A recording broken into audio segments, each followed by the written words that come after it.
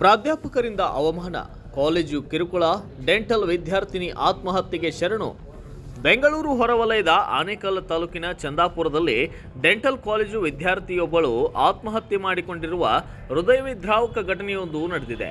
ಬೊಮ್ಮನಹಳ್ಳಿಯ ಪ್ರತಿಷ್ಠಿತ ಖಾಸಗಿ ಡೆಂಟಲ್ ಕಾಲೇಜಿನಲ್ಲಿ ವ್ಯಾಸಂಗ ಮಾಡ್ತಾ ಇದ್ದಂತಹ 23 ವರ್ಷದ ಯಶಸ್ವಿನಿ ಮೃತ ವಿದ್ಯಾರ್ಥಿನಿಯಾಗಿದ್ದು, ಕಾಲೇಜು ಆಡಳಿತ ಮಂಡಳಿ ಹಾಗೂ ಕೆಲ ಪ್ರಾಧ್ಯಾಪಕರ ನಿರಂತರ ಕಿರುಕುಳದಿಂದ ನೊಂದಂತಹ ಯಶಸ್ವಿನಿ ದುಡುಕಿನ ನಿರ್ಧಾರವನ್ನು ಕೈಗೊಂಡಿದ್ದಾಳೆ ಎಂಬ ಆರೋಪಗಳು ಕೇಳಿಬಂದಿವೆ.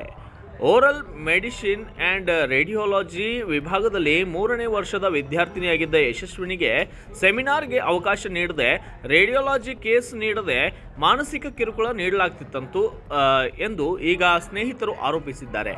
ಬುಧವಾರ ಕಣ್ಣು ನೋವಿನ ಕಾರಣ ಕಾಲೇಜಿಗೆ ಹಾಜರಾಗಲಿಲ್ಲ.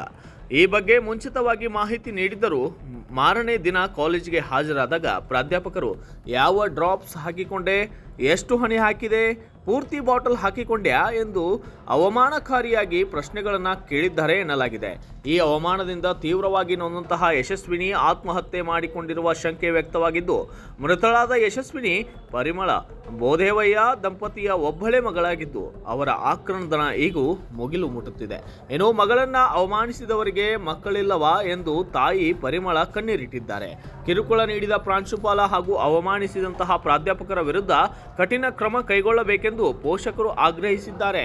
ಈ ನಡುವೆ ಯಶಸ್ವಿನಿಯ ಸ್ನೇಹಿತರು ಶವಾಗಾರದ ಮುಂದೆ ಪ್ರತಿಭಟನೆ ನಡೆಸಿ ಸಾವಿಗೆ ನ್ಯಾಯ ಒದಗಿಸಬೇಕೆಂದು ಒತ್ತಾಯಿಸಿದ್ದಾರೆ.